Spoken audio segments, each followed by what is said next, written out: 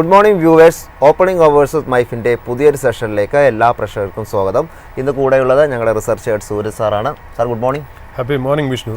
ഏതായാലും മാർക്കറ്റിലോട്ട് വരുമ്പോൾ ഇന്ന് ഒത്തിരി വാർത്തകളൊക്കെ നിറഞ്ഞു നിൽക്കുന്ന ഒരു ദിവസം തന്നെയാണ്. ഏതായാലും മാർക്കറ്റിനെ സംബന്ധിച്ച് എടുത്തു പറയേണ്ടത് വാഷിംഗ്ടണിൽ നടക്കുന്ന ചർച്ച, അത് ഇന്നൊരു വാർത്ത തന്നെയാണ്. ഏതായാലും വാഷിംഗ്ടണിൽ വാണിജ്യമന്ത്രി പീയൂഷ് ഗോയലും വാണിജ്യ സെക്രട്ടറി ഹവാർഡ് ലുട്നിക്കുമായുള്ള ഒരു ചർച്ചകൾ നടന്നിട്ടുള്ളതായിട്ടുള്ളൊരു അപ്ഡേറ്റ്സ് നമുക്ക് ലഭിച്ചിട്ടുണ്ട്. മാത്രമല്ല വിദേശകാര്യമന്ത്രി ജയശങ്കർ സ്റ്റേറ്റ് സെക്രട്ടറി മാർക്കോ റൂബിയുമായുള്ള ചർച്ചകൾ നടത്തിയെന്നൊരു കാര്യം കൂടിയാണ് ഇന്നലെ മാർക്കറ്റിൽ പ്രധാനമായും നടന്നത്. ഏതായാലും അതിനുശേഷം നമുക്ക് കൃത്യമായൊരു ധാരണ, അതായത് H1B വിസ അല്ലെങ്കിൽ താരിഫുമായി ബന്ധപ്പെട്ടുള്ള കാര്യങ്ങൾ കൃത്യമായൊരു ചർച്ച നടന്നു എന്ന രീതിയിലുള്ള ഒരു വാർത്തകൾ ലഭ്യമായിട്ടില്ലെങ്കിൽ കൂടി അത്തരത്തിലുള്ള വാർത്തകൾ തുടരുമെന്നാണ് നമുക്ക് മനസ്സിലാക്കാൻ സാധിക്കുന്നത്. ഏതായാലും ഈ ഒരു വർഷത്തെ ഒരു കണക്ക് നോക്കുമ്പോൾ നമുക്ക് മനസ്സിലാവുന്നൊരു കാര്യമെന്ന് പറയുന്നത് ഈ ഒരു വർഷം മൂന്നാമത്തെ പ്രാവശ്യമായിരുന്നു ഇന്ത്യ US ചർച്ച ഇപ്പോൾ നടന്നുകൊണ്ടിരിക്കുന്നത്.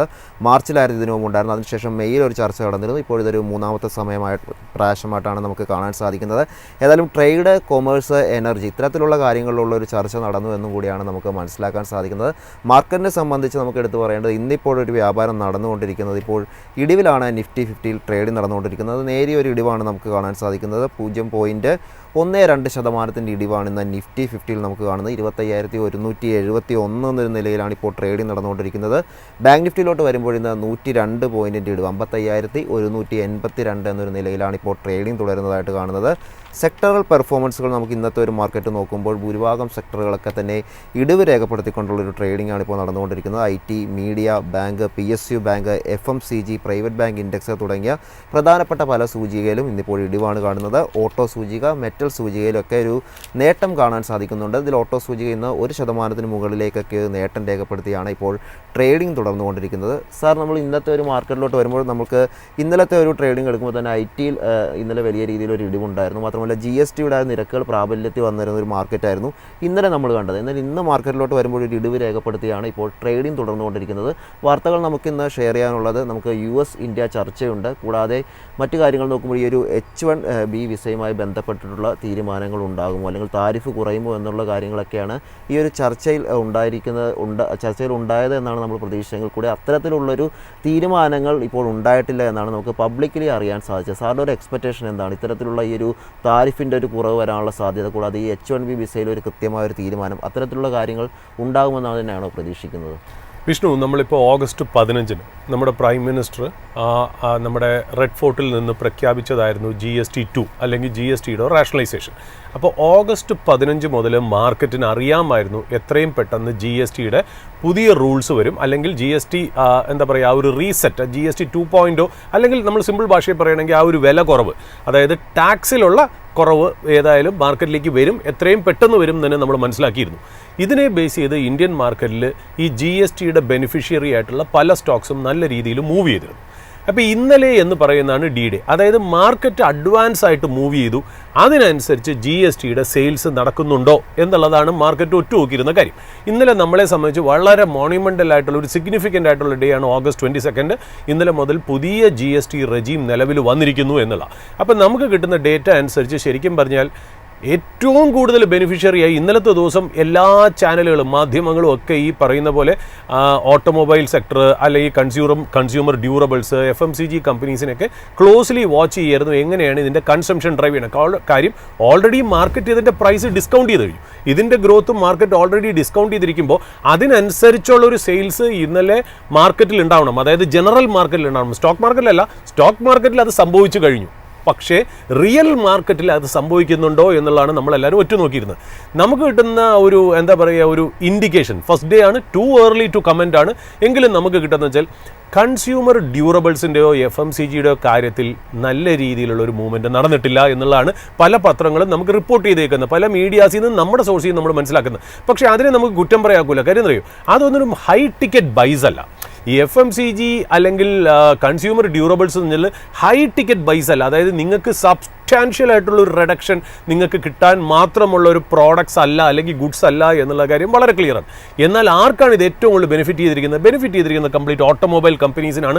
അത് തന്നെയാണ് ഇന്ത്യൻ സ്റ്റോക്ക് മാർക്കറ്റ് ആദ്യം ഇൻഡിക്കേറ്റ് ചെയ്യണത്. ഇപ്പം മാരുതിയൊക്കെ പറയുന്നത് വെച്ചാൽ അവരുടെ 35 കൊല്ലത്തെ ഏറ്റവും നല്ല ദിവസമായിരുന്നു ഓഗസ്റ്റ് 22. അത്രയ്ക്ക് മാത്രം എൻക്വയറി, ചിലയിടത്തൊക്കെ ചില ഡീലേഴ്സിലൊക്കെ 15,000 എൻക്വയറീസ് ഒറ്റ ദിവസം തന്നെ വരും. അതായത് അവർക്ക് നോർമൽ കിട്ടുന്നതിനേക്കാട്ടിലും 50% കൂടുതൽ എൻക്വയറീസ് വരുന്നു വരുന്നു എന്നുള്ളതാണ്. വേറൊരു റീറ്റെയിലർ, ഇതൊക്കെ നമുക്ക് പറയാമെന്ന് മാത്രം, സോഴ്സസിൽ നിന്ന് കിട്ടുന്ന ഇൻഫർമേഷൻ, ചിലർ പറഞ്ഞാൽ 2 ഡെലിവറിയൊക്കെ നടക്കുന്ന സ്ഥലത്ത് 14 ഡെലിവറി വരെ ഇന്നലെ നടന്നിട്ടുണ്ട് എന്നുള്ള ഇൻഫർമേഷനും കൂടെ വരുന്നു. അപ്പോൾ ശരിക്കും പറഞ്ഞാൽ മാരുതിക്കൊക്കെയാണ് ശരിക്കും പറഞ്ഞാൽ ഇന്നലെ ബെനിഫിഷ്യലായിട്ട് വന്നത്. ഓട്ടോമൊബൈൽ സെക്ടറിൽ എസ്പെഷ്യലി സ്മോൾ കാർ സെഗ്മെൻറ്റിലാണ് ഇമ്മീഡിയറ്റ് ആയിട്ട്, അതെനിക്ക് തോന്നുന്നു ലാസ്റ്റ് ഓഗസ്റ്റ് 15 ശേഷം പല ആൾക്കാരും അവരുടെ ഒരു എന്താ പറയുക ഒരു ബൈ പോസ്റ്റ്പോൺ ചെയ്ത് വെച്ചിരുന്നു എന്നുള്ള. ഇപ്പം ഞാൻ തന്നെ നോക്കാം, ഇപ്പം എനിക്ക് തന്നെ എൻ്റെ അമ്മയുടെ പേരിലുള്ള സ്റ്റാർ ഹെൽത്തിൻ്റെ ഒരു ഇൻഷുറൻസ്, ഈ ഹെൽത്ത് ഇൻഷുറൻസ് പ്രീമിയം എനിക്ക് സാധാരണ റിന്യൂ ചെയ്യേണ്ടത് സെപ്റ്റംബർ 26 കൂടിയാണ്. സെപ്റ്റംബർ 26 കൂടി. പക്ഷേ എന്നെ സംബന്ധിച്ച് കമ്പനി ഓൾറെഡി ഒരു ഓഗസ്റ്റ് അവസാനം മുതൽ സെപ്റ്റംബർ വരെ നമുക്ക് ഇമെയിൽ വന്നുകൊണ്ടിരിക്കും, വാട്സപ്പിൽ മെസ്സേജ് വരും, ടെക്സ്റ്റ് മെസ്സേജ് വരും, SMS വരും, നമുക്ക് കോളുകൾ വരും. അതായത് എത്രയും പെട്ടെന്ന് റിന്യൂ ചെയ്യൂ എന്നുള്ളത്. അതിനെല്ലാം GST കിടന്നിരുന്നത് 18%. അപ്പം ഞാൻ ഈ പറയുന്ന പോലെ വെയിറ്റ് ചെയ്ത് സാധാരണ ഇത് ഞാൻ നേരത്തെ അടച്ചു പോകാറാണ് സാധ്യത. നമുക്ക് ഈ ന്യൂസ് നമ്മുടെ മുന്നിൽ വന്നു, അതായത് ഓഗസ്റ്റ് 15 ശേഷം പ്രൈം മിനിസ്റ്റർ ഇത് പ്രഖ്യാപിച്ചതോടുകൂടി നമ്മൾ മനസ്സിലാക്കി ഇങ്ങനെ ഒരു റൂള്, ഇങ്ങനെ ഒരു പുതിയ GST റെജീം വരുന്നുണ്ട് 22 കൂടി എന്ന് വെച്ചാൽ 26 എൻ്റെ ലാസ്റ്റ് ഡേറ്റ്. ഞാൻ 22 ഇന്നലെ നോക്കുമ്പോൾ ശരിക്കും പറഞ്ഞാൽ എനിക്ക് ആ GST എന്ന് പറഞ്ഞാൽ 0 ആയാണ് എനിക്ക് കിട്ടിയത്. അപ്പോൾ എനിക്ക് ആ പേയ്മെൻറ്റിൽ തന്നെ, അതായത് പ്രീമിയം പേയ്മെൻറ്റിൽ തന്നെ എനിക്ക് 18% പ്രോഫിറ്റ്, അതായത് ലാഭം അല്ലെങ്കിൽ ഒരു സേവിങ്സ് അതിനകത്ത് വന്നു എന്നുള്ളതാണ് ഇമ്പോർട്ടൻറ്റ് പോയിന്റ്. അപ്പം ആൾക്കാർ പോസ്റ്റ്പോൺ ചെയ്തിരുന്ന സെയിൽസ്, അതും high value high ticket cars, small car സെഗ്മെൻറ്റിൽ തന്നെ അതൊരു സാധാരണക്കാരനെ സംബന്ധിച്ചൊരു ഹൈ വാല്യൂ ബൈ ആണല്ലോ, അവരുടെ ഹൗസ് ഹോൾഡ് പർച്ചേസസ് വെച്ച് നോക്കുമ്പോൾ അതൊക്കെ പോസ്റ്റ്പോൺ ചെയ്ത കാരണം ഇന്നലെ ഓട്ടോമൊബൈൽ സ്റ്റോക്സിന് നല്ല ബെനിഫിറ്റ് ആയിരുന്നു. അതിൻ്റെ കൂടെ ഒരു കാറ് മേടിക്കാനാണ് നമ്മളൊരു ഫെസ്റ്റീവ് സീസൺ അല്ലേ, അതായത് നവരാത്രിയോ അല്ലെങ്കിൽ ദുസേര അല്ലെങ്കിൽ ദിവാലിയൊക്കെ നമ്മൾ ആഘോഷിക്കുക, അല്ലെങ്കിൽ ഒരു TV മേടിക്കാനും ഫ്രിഡ്ജ് മേടിക്കാനും വാഷിംഗ് മെഷീനും ഫെസ്റ്റീവ് സീസൺ അതിൻ്റെ ഒരു കണക്കിലേക്ക് വരില്ല. അപ്പോൾ അതുകൊണ്ട് ശരിക്കും പറഞ്ഞാൽ GST റെജീം എന്ന് പറയുന്നത് too early to comment, but it has been wonderful and fabulous as far as small car segment is concerned എന്നുള്ളതാണ് അതിനകത്ത് ഇമ്പോർട്ടൻ്റ് ആയിട്ടുള്ളൊരു കാര്യം.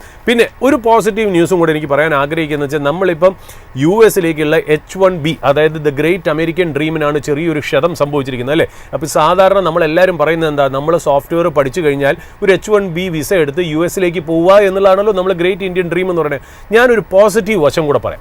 സാധാരണ ഇത് ആരും ശ്രദ്ധിക്കില്ല. ഇപ്പോൾ എല്ലാവരും ആലോചിക്കുന്നത് എന്താ, സോഫ്റ്റ്വെയർ ഇൻഡസ്ട്രി എന്ന് പറയുമ്പോൾ നമ്മുടെ Apple, Microsoft, Meta, Alphabet, Google, Facebook ഇങ്ങനത്തെ കമ്പനികളിലും, അത് മാത്രമല്ല ഇന്ത്യൻ കമ്പനികളായ TCS, Infosys, Wipro, SCL, Cognizant technologies, tech Mahindra, LTI, Mindtree, forge, Persistent ഇങ്ങനത്തെയുള്ള കമ്പനികളിലേക്ക് ജോലി കിട്ടുക എന്നുള്ളതായിരിക്കും ഒരു ആസ്പിറേഷൻ, ഒരു സോഫ്റ്റ്വെയർ എഞ്ചിനീയറിൻ്റെ ആസ്പിറേഷൻ എന്ന് പറയുന്നത്. ബട്ട് നമ്മുടെ ഇൻഡസ്ട്രിയും അതിനൊരു ഓപ്പർച്യൂണിറ്റി കൊടുക്കുന്നുണ്ടെന്നാണ് അതിൻ്റെ രസകരമായിട്ടുള്ളൊരു കാര്യം. അതായത് നമ്മുടെ ഇന്ത്യൻ മാർക്കറ്റിൽ ഡെറിവേറ്റീവ്, അതായത് F&O എന്ന് പറയുന്നത്, India is one of the top derivative market in the world. അതായത് ഡെറിവേറ്റീവ് ട്രേഡിംഗ് നടക്കുന്ന ഇന്ത്യ ഒരു മറ്റുള്ള രാജ്യങ്ങളെ അപേക്ഷിച്ച് ഒരു ഭേദപ്പെട്ട ഒരു മാർക്കറ്റ് തന്നെയാണ്, ഒരു വലിയ മാർക്കറ്റ് എന്ന് വേണമെങ്കിൽ പറയാം. അതായത് ഇന്ത്യൻ മാർക്കറ്റിൽ നടക്കുന്ന ഇക്വിറ്റി ഡെറിവേറ്റീവ് ട്രേഡിങ്ങിൻ്റെ 70% നടക്കുന്നത് ഹൈ ഫ്രീക്വൻസി അൽഗോ ബേസ്ഡ് ട്രേഡിംഗ് ആണ്.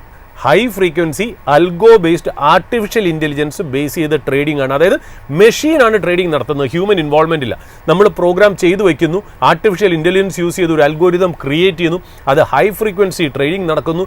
ചെറിയ പ്രൈസ് വ്യത്യാസത്തിന് പോലും ഹൈ ഫ്രീക്വൻസി ആയിട്ട് ട്രേഡിംഗ്, അതായത് ₹1 ഒറ്റ ട്രേഡിൽ ഉണ്ടാക്കുന്നതിന് പകരം 10 പൈസ വെച്ച് 10 ട്രേഡ് ഉണ്ടാക്കുക. ഇതൊക്കെയാണ് ഹൈ ഫ്രീക്വൻസി ട്രേഡിങ്ങിൻ്റെ ഒരു ജനറൽ ആയിട്ടുള്ളൊരു സംസാരം. ആ ട്രേഡിംഗ് ശരിക്കും പറഞ്ഞാൽ total trading, equity trading വോളിയമിൻ്റെ 70% അൽഗോ trading ആണെന്നുള്ളത് പല സോഴ്സിൽ നിന്നുള്ള ഇൻഫർമേഷൻ പറയുന്നുണ്ട്. എന്തിന്? ഈ ഫോറിൻ ഫണ്ട്സ് മാത്രമല്ല, FIIs മാത്രമല്ല ഇക്വിറ്റി ഡെറിവേറ്റീവ് മാർക്കറ്റിൽ ഇത്രയും കാശുണ്ടാക്കുന്നത്. പ്രൊപ്പറേറ്ററി ഡെസ്കുകളുണ്ട്. പ്രൊപ്പറേറ്ററി ഡെസ്ക് എന്ന് പറയുമ്പോൾ വലിയ ബിസിനസ് ഗ്രൂപ്പുകൾക്ക് അവർക്ക് സ്വന്തമായിട്ടുള്ളൊരു ഫണ്ട്, അതായത് ഇൻ ഹൗസ് ഫണ്ട് മാനേജ് ചെയ്യാനും അവർക്ക് പ്രൊപ്പറേറ്ററി ട്രേഡിംഗ് ഡെസ്ക് ഉണ്ട്. ഇപ്പോൾ ഞാൻ പറയാം, ആനന്ദ് രാത്തിയോ അല്ലെങ്കിൽ കോട്ടക് എന്നൊക്കെ പറയുന്ന ബ്രോക്കറേജ് ഫേംസ്, അവർ നമ്മുടെയൊക്കെ പൈസ മാനേജ് ചെയ്യുന്നത് കൂടാതെ അവർക്കൊരു കോർപ്പസ് ഫണ്ടുണ്ട്. അതിനെയാണ് നമ്മൾ ഈ പറയുന്ന പോലെ പ്രൊപ്പറേറ്ററി ട്രേഡിംഗ് ഡെസ്ക് എന്ന് പറയുന്നത്. ആ proprietary trading desk plus foreign institution ഇൻവെസ്റ്റേഴ്സിൻ്റെ മണി, ചില സോഴ്സസ് പറയുന്നത് ഇക്വിറ്റി ഡെറിവേറ്റീവ് മാർക്കറ്റ്സിൽ അൽഗോരിതം ട്രേഡിംഗ് കൊണ്ട് തന്നെ $7 ബില്യൺ വരെ ടോട്ടൽ റവന്യൂ ഉണ്ടാക്കിയ ചരിത്രം ഉണ്ട് എന്നുള്ളതാണ് പല സോഴ്സസ് പറയുന്നത്. അപ്പോൾ അത്രയ്ക്ക് മാത്രം ഓപ്പർച്യൂണിറ്റി ഈ ഇന്ത്യൻ ഡെറിവേറ്റീവ് മാർക്കറ്റിൽ അൽഗോരിതം ബേസ്ഡ് ആയിട്ടുള്ള ആർട്ടിഫിഷ്യൽ ഇൻ്റലിജൻസ് ബേസ് ചെയ്തിട്ടുള്ള ഹൈ ഫ്രീക്വൻസി ട്രേഡിംഗ് ഉണ്ടെന്ന് പറയും. ഇത് തന്നെയാണല്ലോ ജെയിൻ സ്ട്രീറ്റ് എന്ന് പറയുന്ന അമേരിക്കൻ ഫേമിൻ്റെ സക്സസും കൂടെ നമ്മൾ പറയും. ജെയിൻ സ്ട്രീറ്റും ഉണ്ടാക്കിയിരിക്കുന്നത് ആൽഗോരിതം ട്രേഡിംഗ്, ആ ഒരു ട്രേഡിംഗ് സ്ട്രാറ്റജി എന്നുള്ള രീതിയിലാണ്. സാധാരണ ഇന്ത്യയിൽ ഒരു ഫിനാൻസ് പ്രൊഫഷണലിന് ജോലി കിട്ടുമ്പോൾ ഒരു ആവറേജ് സ്റ്റാർട്ടിംഗ് സാലറി എന്ന് പറഞ്ഞാൽ നമ്മൾ ബോംബെ സ്റ്റാൻഡേർഡൊക്കെ വെച്ച് നോക്കുമ്പോൾ 50,000 രൂപ മുതൽ 60,000 രൂപയാണ് പെർ മന്ത്. അതായത് 7 ലക്ഷം രൂപ ഒരു ഇയർ എന്ന് വേണമെങ്കിൽ നമുക്ക് മനസ്സിലാക്കാം. ഇങ്ങനെ കിട്ടിക്കൊണ്ടിരിക്കുന്ന സ്ഥലത്ത് ആണ് ഈ algorithm based trading, artificial intelligence based trading, അതായത് സോഫ്റ്റ്വെയർ പഠിച്ച് ട്രേഡിംഗ് സ്ട്രാറ്റജി ആർട്ടിഫിഷ്യൽ ഇൻ്റലിജൻസ് ഓടുകൂടി ഒരു അൽഗോരിതം ഉണ്ടാക്കി, അതായത് സോഫ്റ്റ്വെയർ കേപ്പബിലിറ്റീസ് നിങ്ങൾ ബാങ്കിങ്ങിലും ഇൻഷുറൻസിലും മാത്രമല്ല ക്യാപിറ്റൽ മാർക്കറ്റിലും ക്യാപിറ്റൽ മാർക്കറ്റിൻ്റെ ഡെറിവേറ്റീവ് ട്രേഡിങ്ങിലും ഉൾപ്പെടുത്തിയത് കാരണം ഇതിൻ്റെ ഡിമാൻഡ് ഭയങ്കരമായിട്ട് ഹൈ ആയിട്ടുണ്ട്. അതായത് software professionals for the trading industry also increased എന്നാണ്. അതിനൊരു എക്സാമ്പിൾ പറയുന്നത് ആംസ്റ്റർഡാം ബേസ്ഡ് ആയിട്ടുള്ള IMC ട്രേഡിംഗ് BV എന്ന് പറയുന്ന കമ്പനി ഇന്ത്യൻ മാർക്കറ്റിൽ അവർ ഈ high frequency artificial intelligence based algorithm trading നടത്തുന്ന കമ്പനിയാണ്. പുതിയ ആളെ റിക്രൂട്ട് ചെയ്തിരിക്കുന്ന മന്ത്ലി സാലറി എത്രയെന്നറിയോ? 12.5 ലക്ഷം രൂപ. 12.5 ലക്ഷം രൂപ. നിങ്ങൾക്ക് എന്തിനാണ് H1B വിസ? നിങ്ങൾക്ക് എന്തിനാണ് ആ ഗ്രേറ്റ് അമേരിക്കൻ ഡ്രീം? ഇന്ത്യയിൽ സോഫ്റ്റ്വെയർ കമ്പനി പോലുമല്ല, അൽഗോരിതം ട്രേഡിംഗ് ചെയ്യുന്ന കമ്പനി ഓഫർ ചെയ്യുന്നത് 12.5 lakh പെർ മന്ത് എന്നുള്ളതാണ്. അപ്പോൾ സെബി ഒരുപാട് റെസ്ട്രിക്ഷൻസും റെഗുലേഷൻസും കൊണ്ടുവന്ന് F&Oയിൽ ആൾക്കാർക്ക് പൈസ പോകാതിരിക്കാൻ വേണ്ടിയിട്ട് ഒരുപാട് റൂൾസും റെഗുലേഷനും കൊണ്ടുവന്ന് F&O മാർക്കറ്റ് ശരിക്കും പറഞ്ഞാൽ 40% വോളിയം കുറഞ്ഞു എന്ന് പറയുമ്പോൾ പോലുമാണ് നമ്മൾ 2 ദിവസം മുമ്പ് ഈ റിക്രൂട്ട്മെൻറ്റിൻ്റെ ഒരു ന്യൂസ് വന്നത്. അതായത് ക്വാണ്ട് റിസർച്ചേഴ്സും ട്രേഡിംഗ് സിസ്റ്റം എൻജിനീയേഴ്സും പറയണതെന്ന് വെച്ചാൽ ഇതൊക്കെ ശരിക്കും പറഞ്ഞാൽ ഇപ്പോൾ ഒരുപാട് പേരുടെ കയ്യിൽ നിന്ന് ഒരു എൻക്വയറി കിട്ടുന്നുണ്ട്. അവർക്കെല്ലാവർക്കും ഒരു AI based high frequency algorithm trading desk create ചെയ്യണം. ഇപ്പോൾ ഞാൻ പറയാം, ഇപ്പോൾ മൈഫിന് വേണമെങ്കിലും നമുക്കൊരു പ്രൊപ്പറേറ്ററി ഫണ്ട് ഉണ്ടെങ്കിൽ നമുക്കൊരു ട്രേഡിംഗ് ഡെസ്ക് ക്രിയേറ്റ് ചെയ്യാം. ഈ ട്രേഡിംഗ് ഡെസ്ക് ക്രിയേറ്റ് ചെയ്യണമെങ്കിൽ അതിനൊരു സോഫ്റ്റ്വെയർ വേണം, ഹാർഡ്വെയർ വേണം, ടെക്നോളജി വേണം, സോഫ്റ്റ്വെയർ പ്രൊഫഷണൽസ് വേണം, അതിനൊരു അൽഗോരിതം ക്രിയേറ്റ് ചെയ്യണം, ആർട്ടിഫിഷ്യൽ ഇൻ്റലിജൻസ് ഇൻകോർപ്പറേറ്റ് ചെയ്തിട്ടുള്ള അൽഗോരിതം ട്രേഡ് ചെയ്യണം. ഇതൊക്കെ ചെയ്യാനുള്ള കൺസൾട്ടൻസിനും സോഫ്റ്റ്വെയർ പ്രൊഫഷണൽസിനും ഉള്ള ഡിമാൻഡ് ഭയങ്കരമായിട്ട് കൂടി എന്നുള്ളത് പറഞ്ഞത്.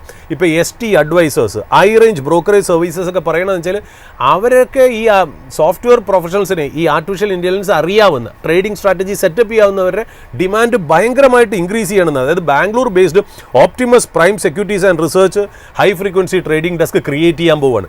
എന്തിന്? ബിലാക്കിയ ഗ്രൂപ്പ് എന്നൊരു ഗ്രൂപ്പുണ്ട്. ഈ ബിലാക്കിയ ഗ്രൂപ്പ് എന്ന് പറഞ്ഞാൽ ഹെൽത്ത് കെയറിൽ എഡ്യൂക്കേഷനിൽ മാത്രം കോൺസെൻട്രേറ്റ് ചെയ്യുന്നവർ അവരെ പ്രൊപ്പറേറ്ററി ഫണ്ട് മാനേജ് ചെയ്യാൻ വേണ്ടി high frequency algorithmic trading desk create ചെയ്യണം. സിറ്റാഡൽ എന്ന് പറഞ്ഞ ജെയിൻ സ്ട്രീറ്റിൻ്റെ ഒരു കോമ്പറ്റീറ്റർ ഉണ്ട്, അമേരിക്കൻ തന്നെ. ഈ സിറ്റാഡൽ ശരിക്കും ഈ ജെയിൻ സ്ട്രീറ്റിലെ കുറച്ച് പേര് റിസൈൻ ചെയ്തിട്ട് സിറ്റാഡലിൽ ജോയിൻ ചെയ്തു. സിറ്റാഡലും ജെയിൻ സ്ട്രീറ്റ് തമ്മിൽ ഒരു വഴക്കുണ്ടായിരുന്നു. അത് ഈ ജെയിൻ സ്ട്രീറ്റ് ഈ സിറ്റാഡൽ ശരിക്കും ഞാൻ ഫൗണ്ട് ചെയ്ത് കെൻ ഗ്രിഫിൻ എന്ന് പറഞ്ഞൊരു വാൾ സ്ട്രീറ്റ് ബില്യണയർ ആണെന്നുള്ള. അപ്പോൾ അയാളുടെ ആ മിയാമി ബേസ്ഡ് ഫേം തന്നെ ഗുരുഗ്രാമിൽ ഓഫീസ് തുടങ്ങിയിട്ട് ഏതാണ്ട് 1 ഡസൻ AI എഞ്ചിനീയേഴ്സിനെയാണ് അവർ റിക്രൂട്ട് ചെയ്തിരിക്കുന്നത് എന്നുള്ള ഒരു ന്യൂസും കൂടി വരുന്നുണ്ടെന്നുള്ളത്. അപ്പോൾ ഞാൻ പറയുന്നത് വെച്ചാൽ H1B വിസ ഉപയോഗിച്ച് അമേരിക്കയിലെ സോഫ്റ്റ്വെയർ ഡ്രീം മാത്രമല്ല ഇന്ത്യയിലും അങ്ങനത്തെ ഓപ്പർച്യൂണിറ്റി വരുന്നുണ്ട് എന്നുള്ളൊരു ഓപ്റ്റിമിസം ഞാൻ പറഞ്ഞു കൊടുക്കുന്നു എന്നേ ഉള്ളൂ. പ്രേക്ഷകർക്ക് ഞാൻ ഷെയർ ചെയ്യുന്നേ ഉള്ളൂ. നമുക്ക് US മാർക്കറ്റിലേക്ക് വരാം. എനിക്ക് തോന്നുന്നു US മാർക്കറ്റ് എന്താ പറയുക, എനിക്ക് തോന്നുന്നു 30ാമത്തെ ടൈമാണ് ഒരു പുതിയ ഹൈയിലേക്ക് പോകണമെന്നുള്ളത്. ഇപ്പോൾ ഡൗ ജോൺസ് നോക്കുകയാണെങ്കിൽ 0.14% up, Nasdaq 0.7% up, S&P 500 0.44% up. ഇന്നലെ നോക്കുകയാണെങ്കിൽ NVIDIA, അതായത് അവിടെയുള്ള ആ മാക്സ് 7 സ്റ്റോക്സിൻ്റെ ഇമ്പോർട്ടൻസ് ഞാൻ വീണ്ടും ഞാൻ കോൺസെൻട്രേറ്റ് ചെയ്യാം. +4% ആണ് ഇന്നലെ NVIDIA അപ്പായത്. അതായത് അവർ ഓപ്പൺ AI-യിലേക്ക് $100 ബില്യൻ്റെ ഇൻവെസ്റ്റ്മെൻറ്റ്, $100 ബില്യൺ ഇൻവെസ്റ്റ്മെൻറ്റ് പറഞ്ഞത് പ്രകാരമാണ് ഇന്നലെ NVIDIA 4% കയറി. ഇന്നലെ ആപ്പിൾ കയറിയത് 4% ആണ്. ആപ്പിൾ പറയുന്നത് എന്താണെന്നറിയോ? ആപ്പിൾ പറയുന്നത് വെച്ചാൽ ആപ്പിളിൻ്റെ അനലിസ്റ്റുകൾ പറയുന്നത് എന്താ വെച്ചാൽ, അനലിസ്റ്റ് കമൻട്രി ഇന്നലെ വന്നേക്കുന്നത് വെച്ചാൽ ജനങ്ങൾ ശരിക്കും പറഞ്ഞാൽ അണ്ടർ എസ്റ്റിമേറ്റ് ചെയ്യണം. അതായത് ആൾക്കാർ ആപ്പിൾ പ്രോഡക്റ്റ് ഈ അപ്ഗ്രേഡ് ചെയ്യുമല്ലോ. iPhone 17 എന്ന് പറയുമ്പോൾ അതിൻ്റെ ഫോം ഫാക്ടറും ലുക്കും എസ്തറ്റിക്സും മാത്രമല്ല അതിനുള്ള ആപ്പിൾ എക്കോസിസ്റ്റവും ആപ്പിൾ സോഫ്റ്റ്വെയർസിലേക്കും അപ്ഗ്രേഡ് ചെയ്യാനുള്ള ആൾക്കാരുടെ ആ ഒരു ഡിമാൻഡ് ശരിക്കും പറഞ്ഞാൽ അണ്ടർ എസ്റ്റിമേറ്റ് ചെയ്യുകയാണ്. ശരിക്കും പറഞ്ഞാൽ അത് വളരെ ഹൈ ആയിരിക്കും എന്നുള്ള രീതിയിലാണ് അവർ പറയുന്നത് എന്നുള്ള ഈ കാരണത്താൽ തന്നെ ആപ്പിളും ഇന്നലെ 4% അപ്പായിരുന്നു. ആയിരുന്നു. ഒറാക്കിൾ അറിയാലോ, ഒറാക്കിൾ ഇന്നലെ 6% അപ്പായിരുന്നു. കാര്യം ഇപ്പോൾ US-ഉം ചൈനയും തമ്മിലുള്ള ഡീല് ടിക്ടോക്കിൻ്റെ അമേരിക്കൻ അസറ്റ്സ് അമേരിക്കൻ കമ്പനികൾ ഹോൾഡ് ചെയ്യണം എന്ന് പറഞ്ഞാൽ, അപ്പോൾ ടിക്ടോക്കിൻ്റെ അൽഗോരിതം ബൈ ചെയ്യാൻ വേണ്ടിയിട്ട് ഗ്രൂപ്പ് ഓഫ് കമ്പനീസ് വരുന്നത് ലാരി എലീസൻ്റെ ഒറാക്കിളിൻ്റെ കൂടെ അതിനകത്ത് പാർട്ടാണ് എന്നുള്ള റീസൺ കാരണം 6% ഒറാക്കിൾ അപ്പായിരുന്നു. അപ്പം മാക്സ് 7 സ്റ്റോക്സ് ഇന്നും US മാർക്കറ്റിനെ ഡ്രൈവ് ചെയ്ത് മുന്നോട്ട് പോകണമെന്നുള്ളതാണ് ഇമ്പോർട്ടൻ്റ് ആയിട്ടുള്ള കാര്യം. ഇനിയിപ്പോൾ മാർക്കറ്റ് ഒറ്റ നോക്കാൻ പോകുന്നത് ഈ വെള്ളിയാഴ്ച വരുന്ന ഈ PCE ഇൻഡെക്സ് ആണ്. PCE ഇൻഡെക്സ് പറഞ്ഞാൽ ഒരു ഇൻഫ്ലേഷൻ ഇൻഡെക്സ് ആണ്. അത് US മാർക്കറ്റിനെ സംബന്ധിച്ച് വളരെ ഇമ്പോർട്ടൻ്റ് ആണ്. കാര്യം ഇതിനെ PCE ഇൻഡെക്സ് പറഞ്ഞാൽ പേഴ്സണൽ കൺസംഷൻ എക്സ്പെൻഡിച്ചർ എന്ന് പറയുന്നത് എന്തെന്നറിയോ? ശരിക്കും പറഞ്ഞാൽ നമ്മൾ കഴിഞ്ഞ കൊല്ലം, അതായത് US ഹൗസ് ഹോൾഡ്സ്, അതായത് US പോപ്പുലേഷൻ കഴിഞ്ഞ കൊല്ലം കുറച്ച് പ്രോഡക്ട്സിനും സർവീസസിനും ഇത്ര രൂപ ചിലവാക്കി, ഈ കൊല്ലം ഇത്രയും രൂപ ചിലവാക്കി. അപ്പോൾ കഴിഞ്ഞ കൊല്ലത്തിനേക്കാൾ, അപ്പോൾ ഇപ്പോൾ പറയുകയാണ് PCE ഇൻഡെക്സ് 2% എന്ന് പറയുകയാണെങ്കിൽ അതിൻ്റെ അർത്ഥം കഴിഞ്ഞ കൊല്ലം ഇവർ മേടിച്ചതിനേക്കാളും 2% ഇൻക്രീസ് ചെയ്തു ആ സാധനങ്ങൾക്ക്. ഇപ്പോൾ എന്തൊക്കെയാണ് നമ്മൾ നോക്കുകയാണെങ്കിൽ പറയാം, rent, grocery, health care, travel, ഇങ്ങനത്തെ കാര്യങ്ങളെ അളക്കുന്ന, അതായത് ഒരു ആവറേജ് ഹൗസ് ഹോൾഡ് ചിലവാക്കുന്ന കാര്യങ്ങൾ എന്താണ്, അത് കഴിഞ്ഞ കൊല്ലത്തിനേക്കാളും എത്ര കൂടി എന്നുള്ളതാണ് ഈ personal consumption expenditure price index, അഥവാ ഈ ഒരു ഇൻഫ്ലേഷൻ ഡേറ്റ എന്ന് പറഞ്ഞാൽ. ഈ PCE പ്രൈസ് ഇൻഡെക്സ് ആണ് ശരിക്കും പറഞ്ഞാൽ ഫെഡ് ഒറ്റ നോക്കുന്നത്. PCE ബേസ് ചെയ്തിട്ടാണ് അവരുടെ ഇൻട്രസ്റ്റ് റേറ്റ് ഒക്കെ പറയുന്നത് എന്നുള്ളത്. അപ്പോൾ PCE പ്രൈസ് ഇൻഡെക്സ് എന്ന് പറയുന്നത് 2 രീതിയിലുണ്ട്. ഹെഡ്ലൈൻ PCE എന്ന് പറഞ്ഞാൽ ഓൾ പ്രോഡക്ട്സ്, നമ്മൾ പറഞ്ഞ പോലെ rent, groceries, travel, health care, food, energy ഒക്കെ ഇതൊക്കെയാണ് ഈ ഹെഡ്ലൈൻ PCEയിൽ വരുന്നത്. ബട്ട് കോർ PCEയിൽ ശരിക്കും പറഞ്ഞാൽ ഫുഡും എനർജിയും മാറ്റി വയ്ക്കും. കാര്യം ഫുഡും എനർജിയും എപ്പോഴും ഫ്ലക്ച്വേറ്റ് ചെയ്യണം. അപ്പോൾ കോറിൽ ഫുഡും എനർജിയും മാറ്റി വെച്ചിട്ടുള്ള ബാക്കി എല്ലാ ഡേറ്റയും വേണം അവർ കൊളക്ട് ചെയ്യണമെന്നുള്ള. ശരിക്കും ഇത് വിടുന്ന ബ്യൂറോ ഓഫ് എക്കണോമിക് അനാലിസിസ് ആണ് ശരിക്കും പറഞ്ഞാൽ ഇതൊരു വിടണമെന്നുള്ളത്. ഫെഡ് ഇതിനെ വളരെ ഇമ്പോർട്ടൻ്റ് ആയിട്ട് നോക്കുന്നു എന്നുള്ളതാണ് ഇതിൻ്റെ ഇമ്പോർട്ടൻ്റ് ആയിട്ടുള്ള ഒരു കാര്യം. പിന്നെ ബോണ്ട് മാർക്കറ്റ് നമ്മൾ നോക്കുകയാണെങ്കിൽ ഈ PCE ഡേറ്റ വരുന്നതിന് മുമ്പ് സ്റ്റഡി ആയിട്ട് നിൽക്കുന്നു. 10-year ബോണ്ട് എന്ന് പറഞ്ഞാൽ 4.14 ആണ്. ഓയിൽ പ്രൈസസ് ഒന്ന് ഡിപ്പ് ചെയ്തു. കാര്യം ഇറാഖ് ശരിക്കും പറഞ്ഞാൽ പ്രൊഡക്ഷൻ ഒന്ന് ഇൻക്രീസ് ചെയ്യുന്നുണ്ട്. OPEC plus countries production increase ചെയ്യണമെന്ന് പറഞ്ഞല്ലോ, അതിൻ്റെ ഭാഗമായിട്ട് ഇറാൻ പ്രൊഡക്ഷൻ ഇൻക്രീസ് ചെയ്തോടെ ഇറാഖ് പ്രൊഡക്ഷൻ ഇൻക്രീസ് ചെയ്തതോടുകൂടി ഓയിൽ പ്രൈസ് ഒന്ന് ചെറുതായിട്ടൊന്ന് ഡിമ്മായിട്ട് നിൽക്കുകയാണ്. ഇപ്പോഴും $67 പെർ ബാരലിൻ്റെ താഴെയാണ് നിൽക്കുന്നത് എന്നുള്ള. ഇപ്പോൾ വാഷിങ്ടണിൽ ഇപ്പോൾ കിട്ടുന്ന ഒരു ന്യൂസ് എന്താണ്, ഡോക്ടേഴ്സിന് ഈ H1 വിസയുടെ ഫീ ഹൈക്ക് ബാധകമല്ല. അതായത് $100,000 H1B വിസ ഹൈക്ക് ഈ ഡോക്ടേഴ്സിന് ബാധകമല്ല എന്നുള്ള. ഇതൊക്കെ നമ്മൾ പ്രതീക്ഷയാണ്. നമ്മൾ പറഞ്ഞില്ല, it is too early to comment on all these kind of things. കാര്യം ഇതൊക്കെ ഒരു നെഗോസിയേഷൻ സ്ട്രാറ്റജി അല്ലെങ്കിൽ ഗെയിം തിയറി, ഒരു സ്ട്രാറ്റജിക് ഡിസിഷൻ മേക്കിങ്ങിൻ്റെ പാർട്ടായിട്ടാണ് ഞാൻ ഇതിനെ കണ്ടേക്കുന്നത്. ഇപ്പോൾ ഇന്ത്യൻ ഡോക്ടേഴ്സിന് എങ്ങനെയാണ് വേണ്ടെന്ന് പറയാൻ പറ്റുക? ഇന്ത്യൻ ഡോക്ടേഴ്സും ഇന്ത്യൻ മെഡിക്കൽ സ്റ്റാഫും പാരാമെഡിക്കൽ സ്റ്റാഫും ഒക്കെ ഈ നേഴ്സസിനെയൊക്കെ നോക്കുമ്പോഴേ ഈ റിമോട്ടായിട്ട് അമേരിക്ക വലിയൊരു രാജ്യമാണ്. അതിൻ്റെ വില്ലേജ് കൺട്രി സൈഡ് എന്നൊക്കെ പറഞ്ഞാൽ അവിടെയൊക്കെ പോയി വർക്ക് ചെയ്യുക എന്നൊക്കെ പറയുന്നത് ഈ ഇന്ത്യൻ ഡോക്ടേഴ്സും ഇന്ത്യൻ നഴ്സസും മാത്രമേ ഉള്ളൂ. ഇവരെ കൂടാതെ എങ്ങനെ US മാർക്കറ്റിന് മുന്നോട്ട് പോകുന്നതാണ്. ഇപ്പോൾ സോഫ്റ്റ്വെയർ സർവീസസ് തന്നെ നോക്കുക. ഈ സോഫ്റ്റ്വെയർ സർവീസസ് ഞാൻ നമ്മുടെ ഇൻഫോസിസും TCSും വിപ്രോ HCL ഒക്കെ ആർക്കൊക്കെ വേണ്ടിയിട്ടാണ് പ്രോജക്റ്റ് ചെയ്യുന്നത്? Fortune 500 കമ്പനീസാണ്. ഈ Fortune 500 കമ്പനീസ് പറഞ്ഞാൽ ബാങ്കിങ് കമ്പനീസ് ഉണ്ട്, ഹെൽത്ത് കെയർ കമ്പനീസ് ഉണ്ട്, ഒരുപാട് അമേരിക്കൻ കമ്പനീസ് ഉണ്ട്. അവർക്ക് സെൻസിറ്റീവ് ആയിട്ടുള്ള ഡേറ്റ ഉണ്ട്. നമ്മളൊന്ന് ആലോചിച്ച് നോക്കുക, ഇപ്പം US ഹെൽത്ത് കെയർ കമ്പനി, പേഷ്യൻസിൻ്റെ അസുഖം, ഇതൊക്കെ ഡേറ്റ. ഇന്നത്തെ കാലത്ത് ഡേറ്റ എന്ന് പറഞ്ഞാൽ ഭയങ്കര വിലയുള്ള സാധനമാണ്. അത് മാത്രമല്ല, ഇപ്പോൾ JP Morgan Chase അല്ലെങ്കിൽ ബാങ്ക് ഓഫ് അമേരിക്ക, ഇവരുടെയൊക്കെ ഡേറ്റ എന്ന് പറഞ്ഞാൽ ഒരു ബാങ്ക് അക്കൗണ്ട് ഹോൾഡർ, അയാൾ എത്ര പൈസ ഇൻവെസ്റ്റ് ചെയ്തിരിക്കുന്നു, ഇങ്ങനെ ഇത്രയും ഡേറ്റയാണ് ഇതിൻ്റെ ബാക്ക് എൻഡിൽ കിടക്കുന്നത്. ഇത് ഹാൻഡിൽ ചെയ്യണ സോഫ്റ്റ്വെയർസ് ഉണ്ടാക്കുമ്പോൾ ഇന്ത്യ പോലത്തെ ട്രസ്റ്റഡ് ആയിട്ടുള്ള സ്കിൽഡ് വർക്ക് ഫോഴ്സിനെ എവിടെ കിട്ടുമെന്ന് വിചാരിച്ചിട്ടാണ്? വേറെ രാജ്യത്ത് റഷ്യയോ, നോ. ചൈനയോ, നോ. ബ്രിട്ടൻ ഇല്ല, ബംഗ്ലാദേശ് ഇല്ല, പാകിസ്ഥാൻ ഇല്ല. ഇവിടെ നിന്നൊന്നും ഇവർക്ക് ഇങ്ങനത്തെ ആൾക്കാരെ കിട്ടില്ല. അപ്പോൾ ഇന്ത്യൻ എഞ്ചിനീയേഴ്സിന് അവിടുത്തെ ഉള്ള അല്ലെങ്കിൽ ഇന്ത്യൻ പ്രൊഫഷണൽസിന്, അതായത് സ്കിൽഡ് മാത്രമല്ല ട്രസ്റ്റഡ്, ഞാൻ ആ വാക്കിനെ വീണ്ടും വരുന്നത്, ഇത്രയും ട്രസ്റ്റ് ചെയ്യാൻ പറ്റുന്ന ഒരു കമ്മ്യൂണിറ്റി വേറെ ഇല്ല US-നെ സംബന്ധിച്ചിടത്തോളം. അതുകൊണ്ട് ഈ പറയുന്ന കാര്യങ്ങളിലൊന്നും ഞാൻ ഒരുപാട് ക്രെഡൻസ് കൊടുക്കുന്നില്ല. Over A period of time ഇതൊക്കെ മാറും എന്നുള്ളതാണ് ഞാനും മനസ്സിലാക്കുന്ന ഒരു കാര്യം. അപ്പോൾ ടു ഏർലി ടു കമൻ, ഇതൊന്നും ശരിക്കും പറഞ്ഞാൽ ഈ ഒരു അമേരിക്കൻ ഡ്രീമിൻ്റെ അവസാനമാവില്ല എന്നുള്ളതാണ് അതിനകത്ത് ഇമ്പോർട്ടൻ്റ് ആയിട്ടുള്ള കാര്യം. ഇപ്പോൾ ഇന്നലെ നമ്മൾ നോക്കുകയാണെങ്കിൽ IT സ്റ്റോക്സിൽ ഇപ്പോൾ IT ഇൻഡെക്സ് മാത്രം എനിക്ക് തോന്നുന്നു 85,000 crores മാർക്കറ്റ് ക്യാപ്പ് താഴേക്ക്. അതായത് ഇന്നലെ ഇന്ത്യൻ മാർക്കറ്റ് വീണത് 124 പോയിന്റ് അല്ലേ നിഫ്റ്റി. ആ 124 പോയിന്റിലും 70 പോയിന്റ് കോൺട്രിബ്യൂട്ട് ചെയ്തിരിക്കുന്നത് IT ഇൻഡെക്സ് ആണെന്നുള്ളത്. അപ്പോൾ IT ഇൻഡെക്സ് നമ്മൾ നോക്കുകയാണെങ്കിൽ IT ഇൻഡെക്സിലെ ടോപ്പ് 10 സ്റ്റോക്സിൽ 9 ഇന്നലെ റെഡിലായിരുന്നു. ഒരെണ്ണം മാത്രമേ പോസിറ്റീവായിട്ട് വന്നുള്ളൂ, അത് ഒറാക്കിൾ ഫിനാൻഷ്യൽ സർവീസസ് ആണ് എന്നുള്ളതാണ്. ബാക്കി എല്ലാ സ്റ്റോക്സും മൈനസ് ആണ് എന്നുള്ളതാണ് അതിനകത്ത് രസകരമായിട്ടുള്ള കാര്യം.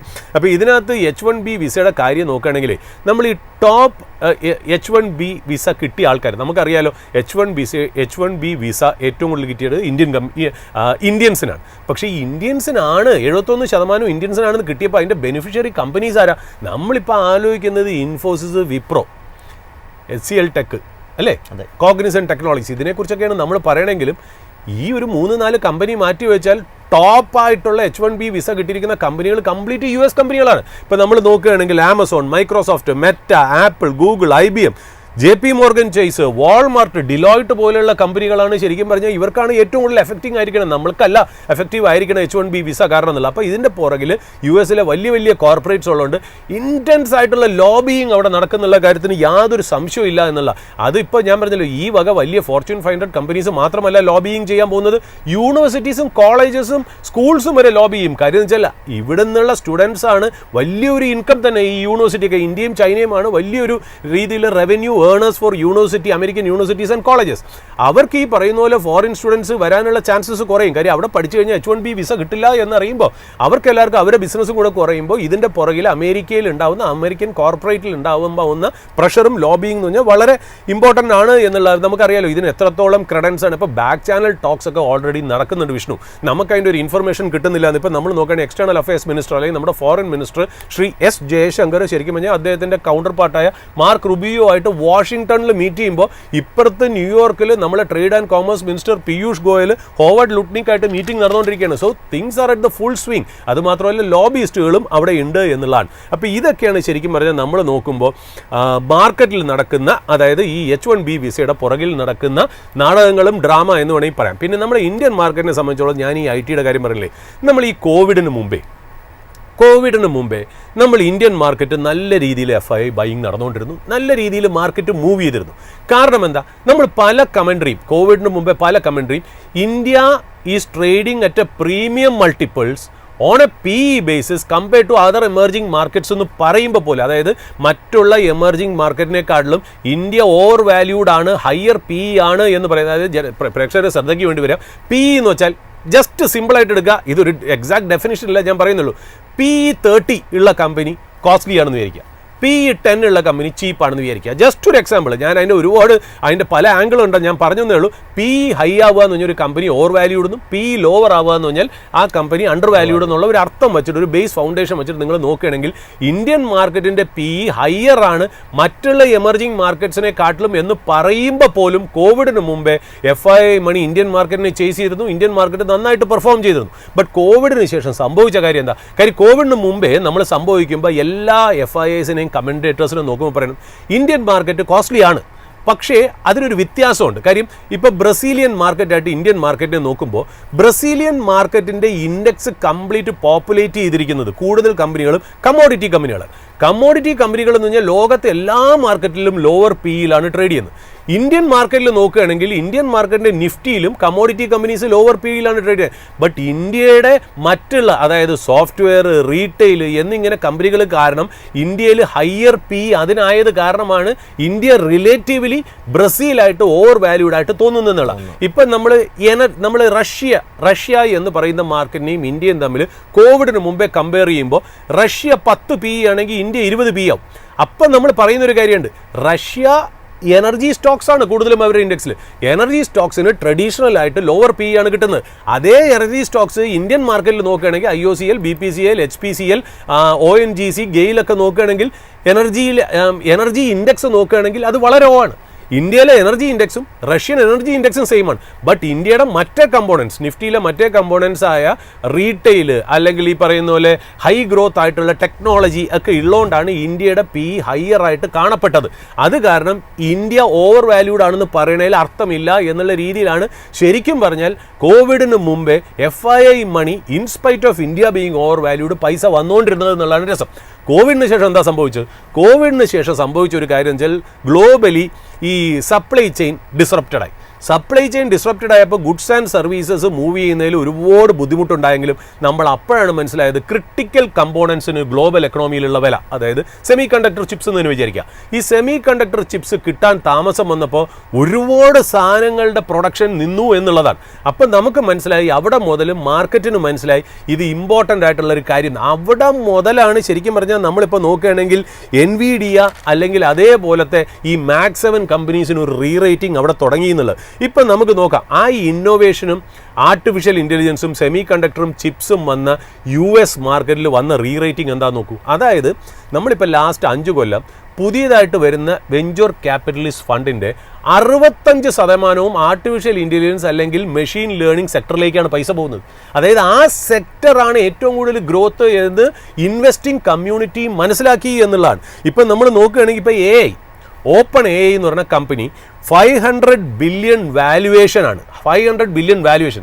ആഫ്റ്റർ വാട്ട് അവർ പറയുകയാണ്, അടുത്ത 5 കൊല്ലം ഞങ്ങൾക്ക് 100 ബില്യൺ ലോസ് ആയിരിക്കും എന്ന് പറഞ്ഞിട്ട് പോലും 500 ബില്യൺ വാല്യുവേഷൻ വരാനുള്ള കാരണം എന്താണ്?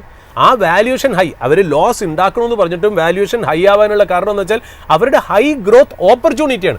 ആ ഹൈ ഗ്രോത്ത് ഓപ്പർച്യൂണിറ്റിയാണ് പൈസ മാർക്കറ്റിൽ ചേസ് ചെയ്യുന്നത് എന്നുള്ള ഇമ്പോർട്ടൻ്റ് ആയിട്ടുള്ള കാര്യം. അതായത് ഒറക്കിള് ഒരു ദിവസം single day 240 billion US market ക്യാപ്പാണ് ഇൻക്രീസ് ചെയ്തത്. കാരണം എന്താ? അവർ ഓപ്പൺ AI ആയിട്ട് ക്ലൗഡ് സർവീസസ് 300 ബില്യൺ 5 ഇയേഴ്സിന് ഡീൽ സൈൻ ചെയ്തു എന്നാണ്. അപ്പോൾ എവിടെയൊക്കെ ഇന്നോവേഷനും ഗ്രോത്തും വരുന്നോ പൈസ അവിടെ ചേസ് ചെയ്തു. നമ്മളിപ്പോൾ Max 7 നോക്കുകയാണെങ്കിൽ Apple, Microsoft, Alphabet, Amazon, Meta, Nvidia, Tesla, അവർ S&P 500 അവരുടെ ടോട്ടൽ വെയിറ്റ് എന്ന് പറഞ്ഞാൽ 32% ആണ്. 2023 അത് 18 ആയിരുന്നു എന്നുള്ള. അപ്പോൾ ഒന്ന് ആലോചിച്ച് നോക്കൂ, ഇപ്പം US GDPയുടെ 15% ആണ് എൻവിഡിയ എന്ന് പറയുന്നത്. അങ്ങനത്തെ രീതിയിലേക്ക് പൈസ വന്ന് സ്റ്റോക്ക് കയറി വാല്യുവേഷൻ ഇൻക്രീസ് ചെയ്യാൻ കാര്യം അവിടുത്തെ ഗ്രോത്ത് ഓപ്പർച്യൂണിറ്റി ആണെന്നുള്ള. അപ്പോൾ Max 7 ഒക്കെ ഏതാണ്ട് S&Pയിലെ ഏർണിങ്സ് ഗ്രോത്ത് എന്ന് പറഞ്ഞാൽ 35%. അതായത് S&P 500 500 സ്റ്റോക്സിൽ 7 സ്റ്റോക്സ് Max 7 അവർ ഗ്രോ ചെയ്തത് എത്രയെന്നറിയോ? 35%. ബാക്കി 493 സ്റ്റോക്സ് എത്രയാണ് പെർഫോം ചെയ്യുന്നറിയോ? 3%. ഇന്ത്യൻ നിഫ്റ്റി പെർഫോം ചെയ്ത് എത്രയെന്നറിയോ? 5%. അപ്പോൾ ഇന്ത്യൻ നിഫ്റ്റിയും S&P 500 493 സ്റ്റോക്സും സെയിം ആണ്. എവിടെയാണോ ഗ്രോത്ത് വന്നത് പൈസ അതിൻ്റെ പുറകെ പോയി എന്നാണ്. ആ പോയത് കാരണം ആ സ്റ്റോക്സ് ഒക്കെ പെർഫോം ചെയ്യും. ഇപ്പം നമ്മുടെ ഇവിടെ തന്നെ നമുക്ക് നോക്കാം, ഹൈ ഗ്രോത്ത് കമ്പനിയായ സൊമാറ്റോ ലാസ്റ്റ് 5 ഇയേഴ്സ് സൊമാറ്റോൻ്റെ ഈ 2025 റവന്യൂ എത്രയാണ്? 20,200 കോടി. അതേസമയം കോൾ ഇന്ത്യയുടെ എത്രയാണ്? 1,43,000 കോടി. ഇത്രയും ഗ്രോ ചെയ്യുന്ന കമ്പനി സൊമാറ്റോൻ്റെ നെറ്റ് പ്രോഫിറ്റ് എത്രയെന്നറിയോ? കഴിഞ്ഞ കൊല്ലം 527 കോടി. എന്നാൽ കോൾ ഇന്ത്യയുടെ 30,300 കോടി. പക്ഷേ ഇത് രണ്ടിൻ്റെയും സ്റ്റോക്കിൻ്റെ പെർഫോമൻസ് ഒന്ന് നോക്കൂ. നമ്മുടെ സൊമാറ്റോ എനിക്ക് തോന്നുന്നു 2028 മുതൽ ഇതുവരെ എത്ര ടൈംസ് കയറിയെന്ന് 9 to 10 ടൈംസ് കയറി. എനിക്ക് തോന്നുന്നു 46 രൂപയിൽ നിന്ന് 330 രൂപയിലാണ് ട്രേഡ് ചെയ്യുന്നത്. കോൾ ഇന്ത്യ ആണെങ്കിലോ 200 രൂപയിൽ നിന്ന് 395, ഡബിൾ പോലും ആയില്ല എന്നുള്ള. അപ്പോൾ വാല്യുവേഷൻ ഇപ്പോൾ റവന്യൂവും പ്രോഫിറ്റും മാത്രമല്ല നോക്കുന്നത്, ലോസും മാർക്കറ്റ് നോക്കുന്നില്ല എന്നുള്ളതാണ് നമുക്ക് മനസ്സിലാവുന്നത്. പൈസ നോക്കുന്നത് എന്താ? എവിടെയൊക്കെ ഇന്നോവേഷൻ നടക്കുന്നു, എവിടെയൊക്കെ ഗ്രോത്ത് നടക്കുന്നു, പൈസ അങ്ങോട്ടേക്ക് ചേസ് ചെയ്ത് പോകും എന്നുള്ളതാണ്. അപ്പം നമ്മളിവിടെ നോക്കുമ്പോൾ ഡിക്സൺ, സൊമാറ്റോ, ഈ CG പവറൊക്കെ കയറാൻ കാര്യം എന്താ? ഈ പറയുന്ന പോലെ ഗ്രോത്ത് കാണിക്കുന്നതുകൊണ്ടാണ് പൈസ അങ്ങോട്ടേക്ക് ചേസ് ചെയ്യണേ എന്നുള്ള. അപ്പോൾ ഇന്ത്യൻ മാർക്കറ്റിൽ സബ്പാർ ഗ്രോത്ത് ആണ് ഏർണിങ്സ്. നിഫ്റ്റിക്ക് വരുന്ന ഏർണിങ്സ് ഗ്രോത്ത് എത്ര? 5%. എന്നാൽ S&P 500 Max 7 35% ഗ്രോത്ത്, ബാക്കി 493 സ്റ്റോക്സിന് 3%. അവിടെ അത്രയ്ക്ക് മാത്രമില്ല, സ്റ്റോക്കിൻ്റെ പ്രൈസിന് മൂവ്മെൻ്റ് ഇല്ല. അപ്പോൾ US മാർക്കറ്റ് രണ്ടായിട്ട് ഡിവൈഡ് ചെയ്തിട്ട് അതിലെ സ്ലോ ഗ്രോത്ത് സെക്ടറും ഇന്ത്യയായിട്ട് കമ്പയർ ചെയ്യുമ്പോൾ അവിടെ വാല്യുവേഷൻ ഇല്ല, പൈസ അവിടെ ചേസ് ചെയ്യണില്ല. പൈസ ചേസ് ചെയ്യണ കംപ്ലീറ്റ് Max 7 കാര്യം, അവിടെയാണ് ഗ്രോത്ത് ഉള്ളതെന്നുള്ള.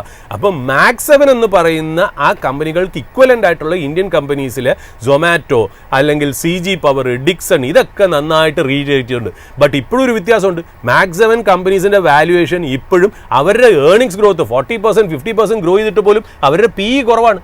നമ്മുടെ ഡിക്സണും സൊമാറ്റോ ഒക്കെ ട്രേഡ് ചെയ്യുന്നത് 100 ചില്ലുവാനും PE-യിലാണ് ട്രേഡ് ചെയ്യുന്നത്. ഏതാണ്ട് 5 കൊല്ലത്തെ ഗ്രോത്തും കൂടി അത് ഇപ്പോഴത്തേക്ക് ഡിസ്കൗണ്ട് ചെയ്തു എന്നുള്ള. അപ്പോൾ ഇന്ത്യൻ മാർക്കറ്റിൽ ശരിക്കും പറഞ്ഞാൽ നമുക്കാരുമില്ല, അനാഥനായിട്ടുള്ള മാർക്കറ്റാണെന്നുള്ളത്. അതായത് നമ്മളെ സംബന്ധിച്ച് ഒരു ടയേർഡ് ആയിട്ടുള്ള ഇൻഡെക്സ് ആണ്.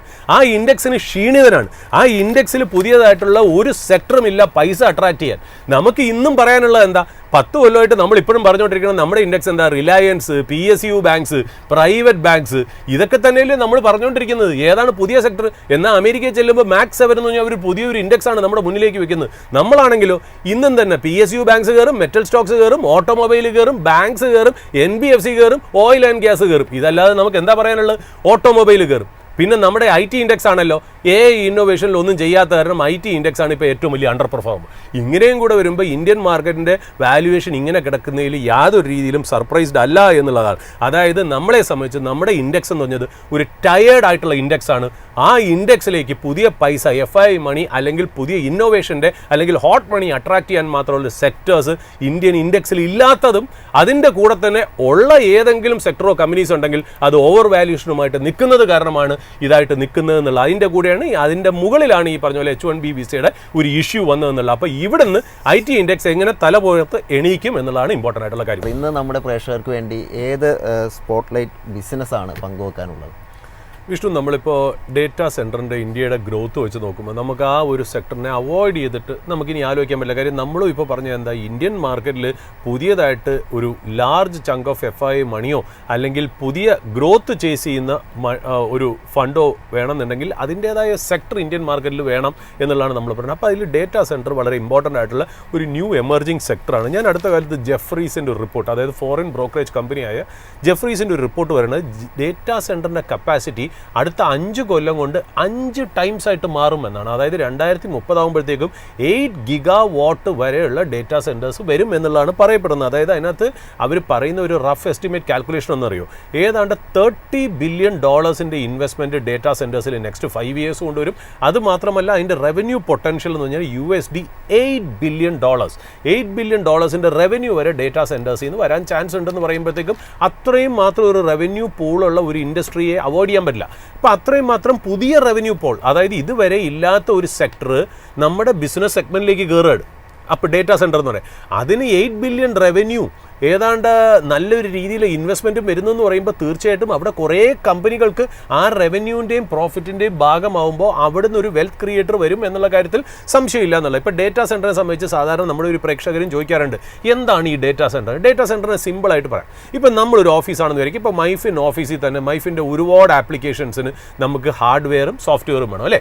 നമുക്ക് ഒരുപാട് കമ്പ്യൂട്ടേഴ്സ് വേണം, ഒരുപാട് നെറ്റ്വർക്ക് എക്യുപ്മെൻറ്റ്സ് വേണം, ഒരുപാട് എന്താ പറയുക റൗട്ടേഴ്സ് വേണം, ഹബ്ബ് വേണം, കേബിളിംഗ് വേണം. ഇതെല്ലാം കഴിഞ്ഞ് ഇത്രയും ഹാർഡ്വെയർ സെറ്റ് ചെയ്തിട്ട് അതിനകത്ത് സോഫ്റ്റ്വെയർ വേണം. നമുക്ക് അക്കൗണ്ടിങ്ങിന് സോഫ്റ്റ്വെയർ വേണം, HR മാനേജ്മെൻറ്റിന് സോഫ്റ്റ്വെയർ വേണം, ഒരുപാട് കാര്യങ്ങൾക്ക് നമുക്ക് സോഫ്റ്റ്വെയർ വേണം. ഇതിൻ്റെ എക്സ്റ്റൻഷൻ എന്നുള്ള രീതിയിൽ നമുക്ക് ഒരുപാട് ആപ്പുകളുണ്ട്.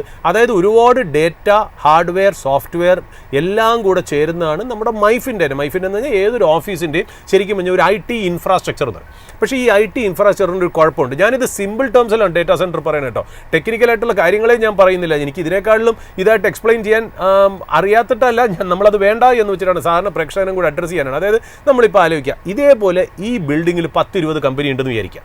പക്ഷേ ഇവർക്ക് എല്ലാവർക്കും IT ഉണ്ട്, ഹാർഡ്വെയർ ഉണ്ട്, സോഫ്റ്റ്വെയർ ഉണ്ട്, ഇൻഫ്രാസ്ട്രക്ചർ എല്ലാം ഉണ്ട്. ബട്ട് നമുക്കിത് അപ്ഗ്രേഡ് ചെയ്തുകൊണ്ടിരിക്കണം, അല്ലേ? നമ്മുടെ സ്റ്റോറേജ് അപ്ഗ്രേഡ് ചെയ്തുകൊണ്ടിരിക്കണം. നമുക്ക് ഡേറ്റ കൂടുന്നതനുസരിച്ച് ഡേറ്റ സ്റ്റോറേജ് വേണം. കുറേ കഴിയുമ്പോൾ നമ്മൾ മനസ്സിലാക്കുന്നു നമ്മുടെ തന്നെ ഹാർഡ് ഡിസ്കിൽ സ്റ്റോർ ചെയ്യാൻ പറ്റില്ല, ക്ലൗഡിൽ സ്റ്റോർ ചെയ്യണം. നമ്മുടെ റിക്വയർമെൻറ്റ്സ് കൂടുന്നു, ഹൈ കമ്പ്യൂട്ടിംഗ് ആയിട്ടുള്ള ചിപ്സ് വരുന്നു. നമ്മളിത് അപ്ഗ്രേഡ് ചെയ്ത് ഹാർഡ്വെയറും സോഫ്റ്റ്വെയറും അപ്ഗ്രേഡ് ചെയ്തിരിക്കുക എന്ന് പറഞ്ഞാൽ ഒരു നല്ലൊരു കോസ്റ്റ് അതിന് വേണ്ടി തന്നെ മാറ്റുക.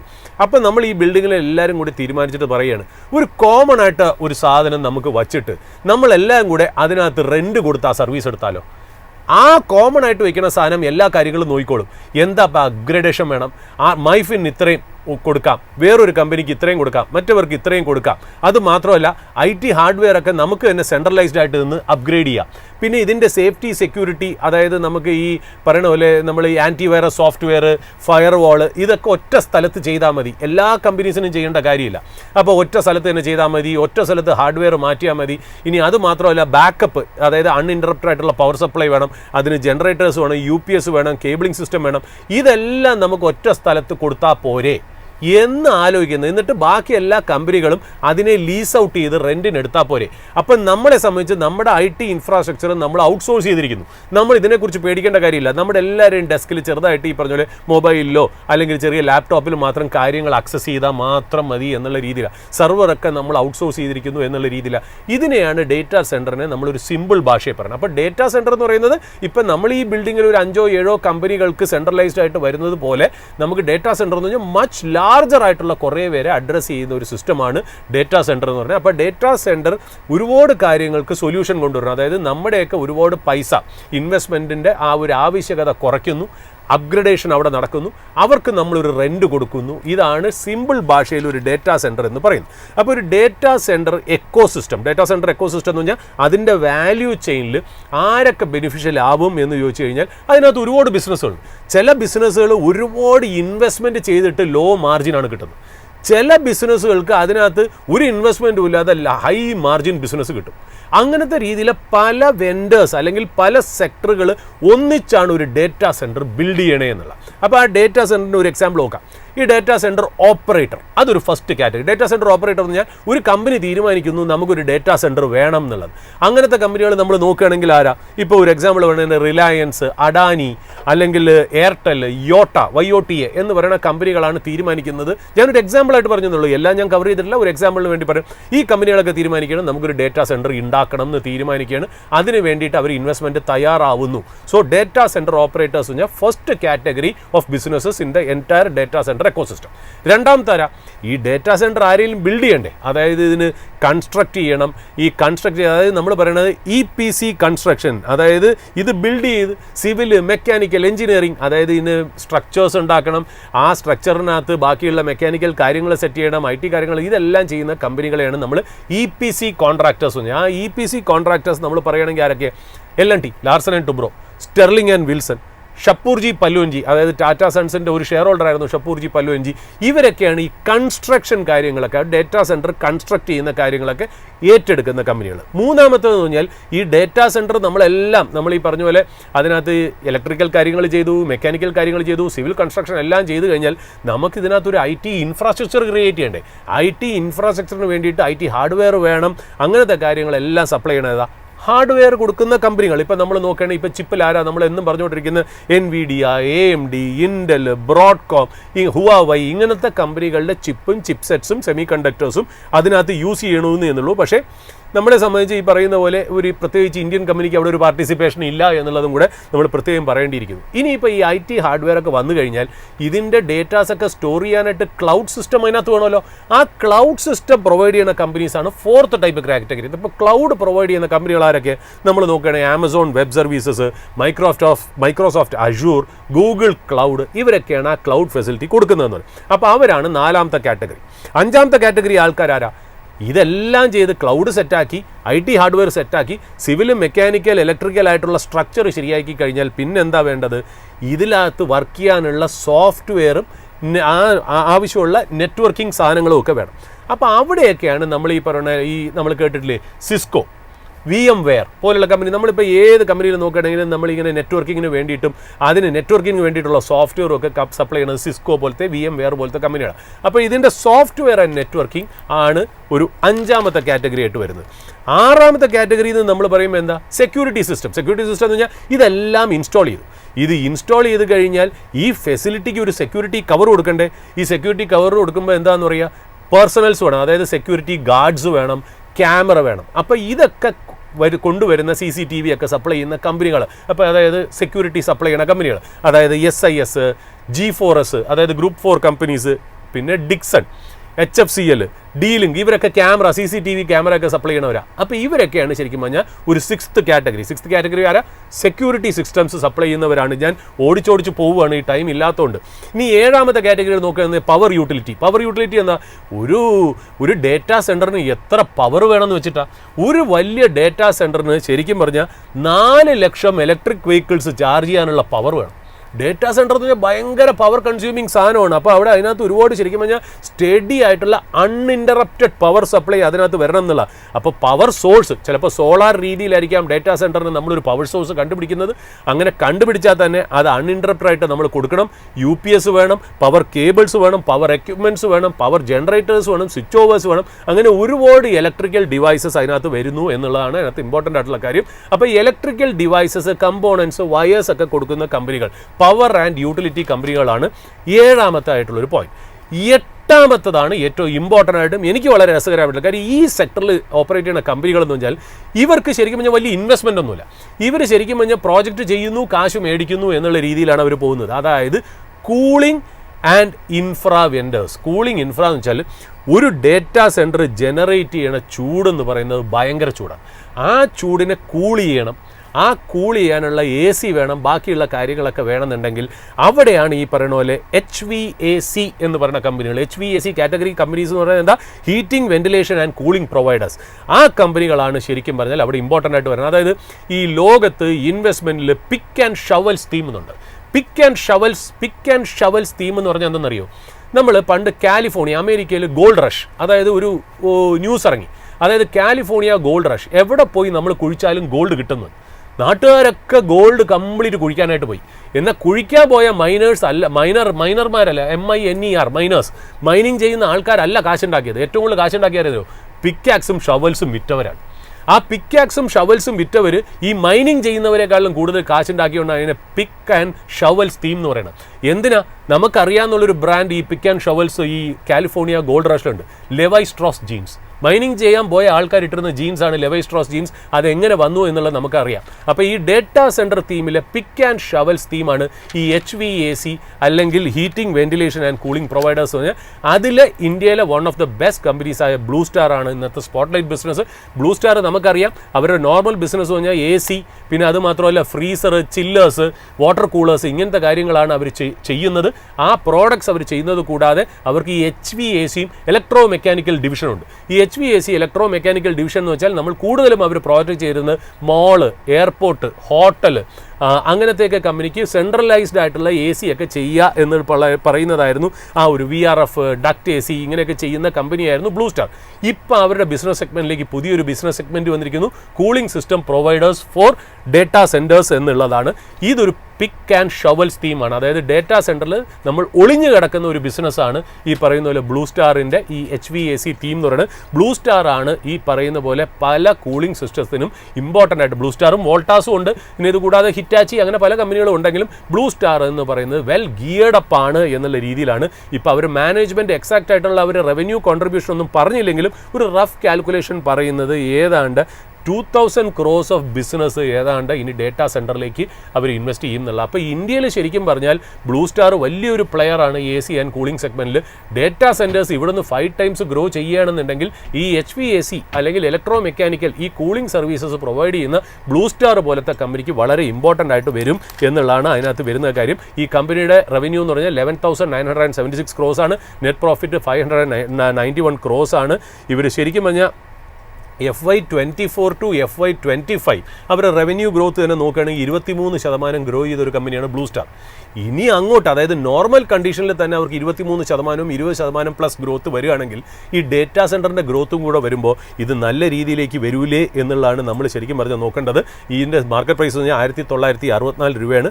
മാർക്കറ്റ് ക്യാപ്പ് 40,000 കോടിയാണ്. ഡെപ്റ്റ് ഏതാണ്ട് 4,944 crores ആണെങ്കിലും ഇവരെ cash and cash bank balance നോക്കുകയാണെങ്കിൽ 4,200 crores ഇവരെ കയ്യിലുണ്ട്. അതുകൊണ്ട് ഡെപ്റ്റ് വലിയ പ്രോബ്ലം ആയിട്ടുള്ള ഒരു കമ്പനിയല്ല. അപ്പം നോർമൽ ഗ്രോത്തിൽ തന്നെ 20% ഗ്രോത്ത് കിട്ടുന്ന കമ്പനി ഈ ഡേറ്റാ സെൻറ്റേഴ്സിൻ്റെ ബൂമും കൂടെ വരുമ്പോൾ അവർക്ക് വേണ്ടി HVACയും കൂടെ ചെയ്ത് കൂളിംഗ് സൊല്യൂഷൻസും കൂടെ കൊടുത്തു വരുമ്പോൾ ഭേദപ്പെട്ട മാർജിനും കൂടെ കിട്ടുന്ന ബിസിനസ് ആകുമ്പോൾ ബ്ലൂ സ്റ്റാർ പോലത്തെ കൂളിംഗ് സൊല്യൂഷൻസ് ഒരുപാട് കമ്പനികൾ ആ സെക്ടറിലുണ്ട്. ഫോറിൻ കമ്പനീസ് ഉണ്ട്, ലിസ്റ്റഡ് ആയിട്ടുള്ള വോൾട്ടാസ് ഉണ്ടെങ്കിലും ബ്ലൂ സ്റ്റാറാണ് അതിനകത്ത് കുറച്ചുകൂടി കോൺസെൻട്രേറ്റ് ചെയ്യണമെന്നാണ് നമുക്ക് സോഴ്സിൽ നിന്ന് മനസ്സിലാക്കുന്നത്. അതുകൊണ്ട് ബ്ലൂ സ്റ്റാറാണ് നമ്മുടെ ഇന്നത്തെ ഈ ഓപ്പണിംഗ് അവേഴ്സിലെ സ്പോട്ട്ലൈറ്റ് ബിസിനസ്. ഇതൊരു റെക്കമെൻഡേഷനോ സോളിസിറ്റേഷനോ അഡ്വൈസോ അല്ല. ഡേറ്റാ സെൻറ്റർ എന്താണെന്ന് മനസ്സിലാക്കി തരാനും അതിൻ്റെ എക്കോ സിസ്റ്റത്തിൽ ഏതൊക്കെ കമ്പനികൾ വർക്ക് ചെയ്യുന്നതെന്നും എവിടെയൊക്കെയാണ് ഹൈ മാർജിൻ വരുന്നതെന്നും അത് ഒളിഞ്ഞു കിടക്കുന്ന പിക്ക് ആൻഡ് ഷവൽസ് തീം എന്താണെന്നും മനസ്സിലാക്കാൻ വേണ്ടി മാത്രമാണ് നിങ്ങളുടെ ഇൻവെസ്റ്റ്മെൻറ്റ്സ് ഒരു സെബി രജിസ്റ്റർഡ് ഇൻവെസ്റ്റ്മെൻറ്റ് അഡ്വൈസറിൻ്റെ നിരീക്ഷണത്തിലും അഡ്വൈസിലും മാത്രം ചെയ്യാമെന്ന് പറഞ്ഞ് അവസാനിപ്പിക്കുന്നു വിഷ്ണു. ഏതായാലും ഈ ഒരു ഓപ്പണിംഗ് അവേഴ്സിൻ്റെ എപ്പിസോഡ് ഇപ്പോൾ വൈൻഡ് അപ്പ് ചെയ്യാൻ സമയമായിരിക്കുകയാണ്. ഏതായാലും നമ്മുടെ റിസർച്ച് ടീം അടുത്ത മണിക്കൂറിൽ കൂടുതൽ ഷോയുമായിട്ടൊക്കെ നിങ്ങളുടെ കൂടെ ജോയിൻ ചെയ്യുന്നതായിരിക്കും. Stay tuned. നന്ദി, നമസ്കാരം.